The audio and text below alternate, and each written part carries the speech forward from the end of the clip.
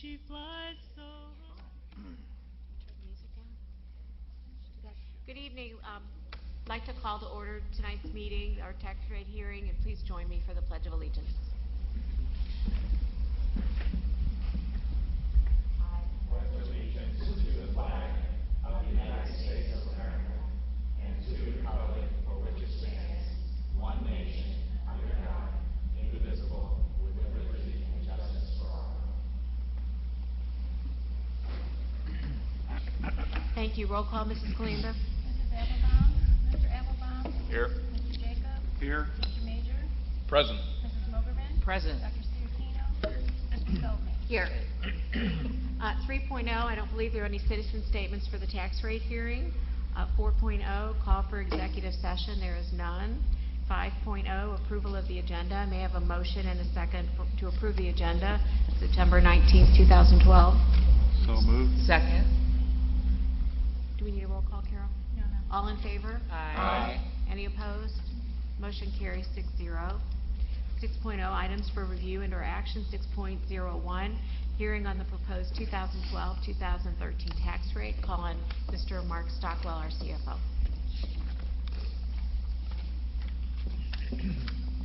President Feldman, members of the board, Dr. Marty, Ms. Kalanda. Tonight, we're holding the public hearing for the proposed property tax rates. I'm not sure that your microphone's on. Okay. Tonight, we're holding a public hearing for the proposed property tax rates for the current school year. The purpose of the meeting is to discuss those proposed rates in a public forum, but also to provide an opportunity for public comment on those rates before you act on them later on in the regular board meeting. We're also going to talk a little bit about the reestablishment of tax rate ceilings, which I'll explain in a minute, the current assessed values, the proposed rates, the impact of the proposed rates on an average homeowner, the impact on the district budget, and then the voluntary rollback that we've had in place for several years. And then I'll open the floor to any questions from the community and then also from the board. Since 2007, Parkways voluntarily levied tax rates that were below the voter-approved maximums or ceilings. In order to maintain this unused taxing authority, the Board of Education must vote to eliminate the voluntary rollback and revert back to the legal ceilings each non-reassessment year. And the non-reassessment years are the even-numbered years. A recommendation is included in the consent agenda later this evening that eliminates this voluntary rollback and reverts back to the legal ceilings. Those ceilings, proposed ceilings, are residential, it's $3.84.8. Commercial is $4.15.06. Agriculture is $5.12. Personal property is $3.73.79. These ceilings then essentially serve as the starting point in the 2012 operating rate calculations. The proposed rates to be levied will be presented later on in my presentation, and then you'll also be asked to vote on those proposed rates later on in the meeting in an action item. But before we actually get into the rates that we're going to ask you to levy tonight, I wanted to talk a little bit about the current assessed valuation and how it compares to last year. Current assessed valuation is $4.25 billion. That's an increase of about $5 million from last year, and it's about a 0.12% increase. Residential increased about $530,000. Commercial went down about $8.6 million. A pleasant surprise was that personal property actually increased a little over $13 million. Personal property has basically been declining over the past decade as the economy kind of hit, but also because they changed the law a few years ago that accelerated the depreciation of personal property once they put it on the tax rolls. So we went from over $600 million in personal property a few years ago down to 531 right now. So that was good news.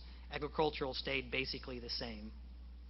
When you look at these changes, we did have $6.7 million in new construction in residential, $3.2 in commercial.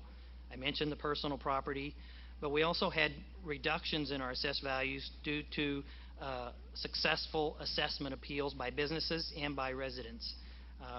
Commercial went down $11.9 million through appeals.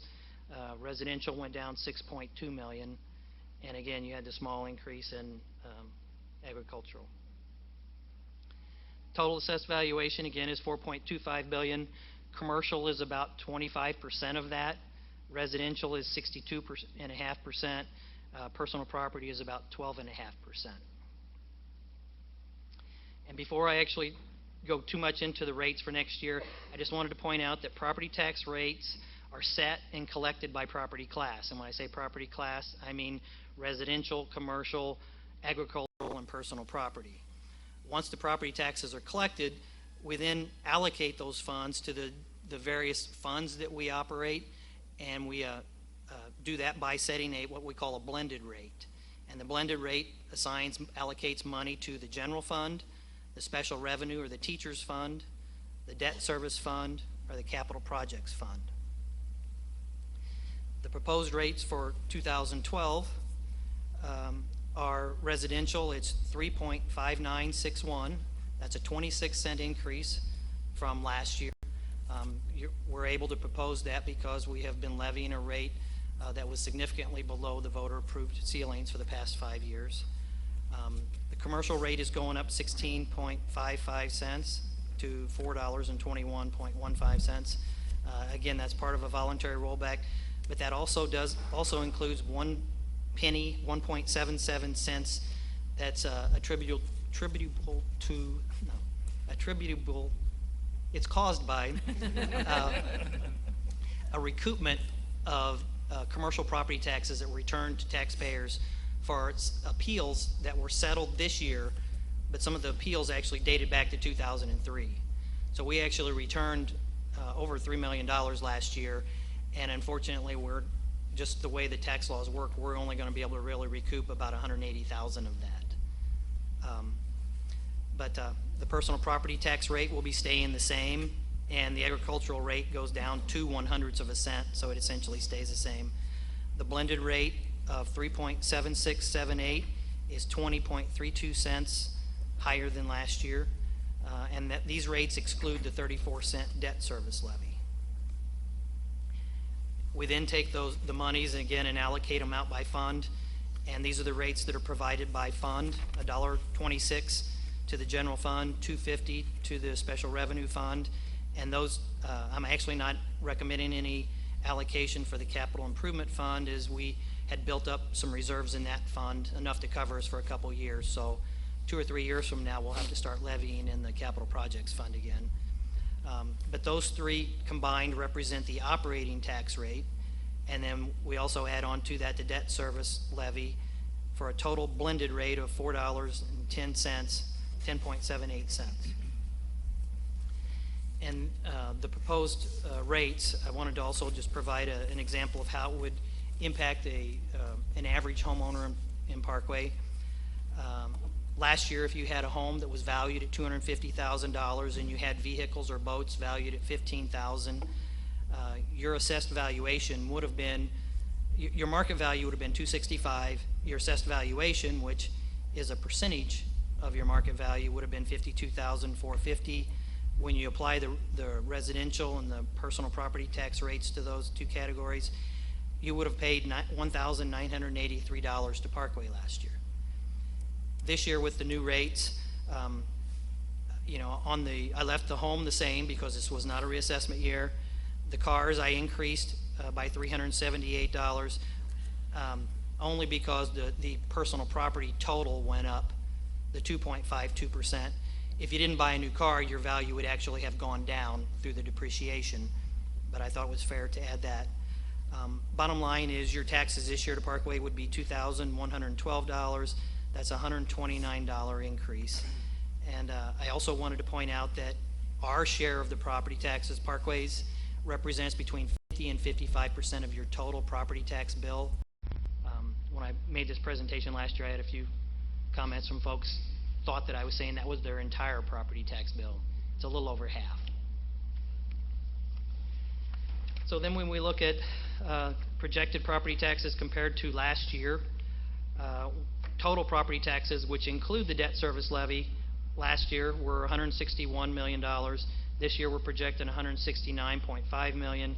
That's about an $8.5 million increase, or 5.29%. When we look at operating revenues, again, that excludes the debt service piece, we collected $147 million last year. The proposed taxes for this year are $155.5.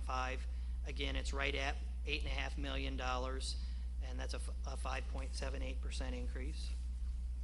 When you compare what we're projecting now with what was originally budgeted, 153.1 was budgeted, 155.5 is what we're projecting. That's about a $2.3 million positive variance.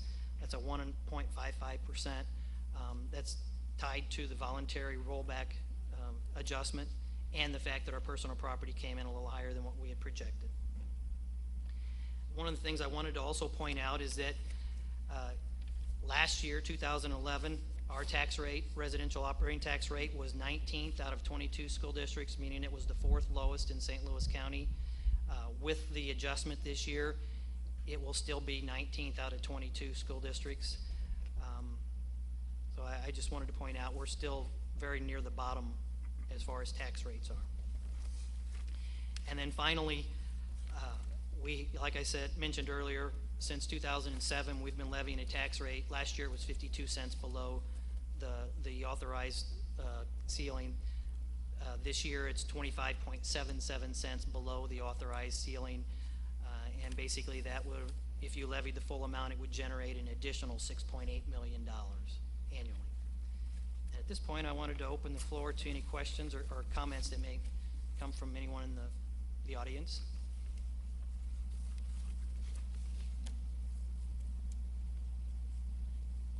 Okay, thank you.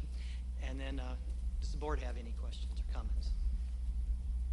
Go ahead. Mark, I think just the one comment I wanted to make was in terms of equity, we had a pretty significant plan last year to cut expenses where we could and came up with a pretty good plan.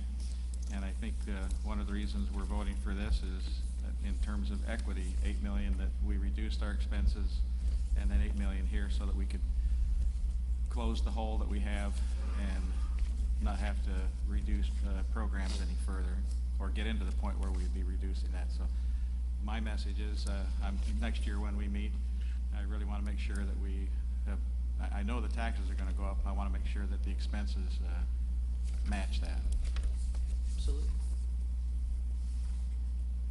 I agree. Okay, anybody else? We know this was hard to get together today. It was a long late afternoon for you because you didn't get the response you needed from the state. Is that correct? And Yes, the state auditor's office actually reviews the calculations for accuracy before we present them, and they were buried this year, so they didn't get back with me until 4:30. So and I'm sure it's frustrating because we all know, is it October 1st, the deadline that we have to have this done? So, but we all appreciate your dedication and your hard work to getting this to us tonight. Thank you. And I think we spoke about perhaps next year planning our meetings a little bit differently so we can have our regular September board meeting on the second Wednesday like we do every other month, and then perhaps holding at the very end of the month after we're sure you will have your numbers, just a special tax rate hearing. Kind of alleviated some of your stress. Right. Thank you. And ours, right. Right, but more yours than ours. Yeah. All right, anybody else? Dr. Marty? I guess, Well, go ahead. okay, just on the recoupment issue, and is that a change from how we've been able to handle that sort of topic before, or is this a new? This was a unique new year. beast. In the past, we have recouped a couple times, but essentially it's been from a single incident or an instance where the county or the state tax commission had returned a lot of taxes all at one time. What we've seen the past year is that my understanding is that there's been this huge backlog of old appeals that have been to the state tax commission, and again, they date back to 2003. And my understanding is that essentially the state tax commission told the St. Louis County assessor, you need to get with these businesses and settle some of these things, because if we have to deal with these thousands of appeals, you're probably not going to like the way they're handled. I mean, they're going to get handled quickly, and so St. Louis County Assessor's been settling a lot of these old cases, and essentially they're returning millions of dollars in property taxes, which essentially caused last year's property taxes, our collections, to be down. You know, I get the impression that this potentially could continue for a year or two or three as they work through this huge backlog of old appeals. So it was a very interesting process, and it was complicated a little bit this year because we have this voluntary rollback, and that's kind of unusual. All right, but we do have an elected county assessor now, so I'm sure he's happy to hear from county voters on topics exactly like this if anybody would care to pick up a phone. Is that fair to state? Yes, but I will say he has been working with us and worked very hard to provide us the information to allow us to try to recoup. Okay. There are other districts that are going to be able to recoup some monies because they don't have the voluntary rollbacks. So, Thank you. thank you. Marty? I just want to say that Mark has worked hard, and so have a lot of other administrators the last year. This was a difficult budget year, but I feel I want to thank Mr. Jacob for that comment and all the board members for your support through the year. I think we're at a good point, a better point than we were a year ago. And I will tell the board and the public that within the week we're going to start looking at the 13-14 budget. So we're not going to give Mark too much of a break here because we really think while we've closed most of the gap, we're going to continue to be very, very conscious about the district's operations and how we are trying to meet our obligations to Project Parkway, but within the confines of a balanced budget and really maintaining fund balance. So we've made great progress, a little more work to do, but we accept the challenge of Chris, your comment about really trying to make sure we're really being conscious year to year. We're very fortunate to have Mark in the district, who was a tremendous watchdog of and very knowledgeable. And I also want to thank all our administrators for their hard work in really preparing our budget and getting to this point. And the irresponsible thing for us to do would be right now to just raise it up to our ceiling, I think. We could have done that after Prop R, to be quite honest, but we chose to be more careful with that, and I think we just need to continue to be careful. Well, it was a nice balance between, as Chris said, making the appropriate reductions Right. and then looking at how we could use revenue. I've told the administrators perhaps there's lessons in this for other government agencies or entities like our federal government to do a fair amount of revenue increases, but also reductions. I think it's a balance. It's not one or the other, and I really appreciate the fact we were able to do that at Parkway this past year. Thank you. Thanks, Mark. Thank you. 7.0, call for special meeting, none. 8.0, call for future executive session, none. 9.0, we're going to recess at this time until our 7:30 general meeting. No executive session. 11.0, we are adjourned.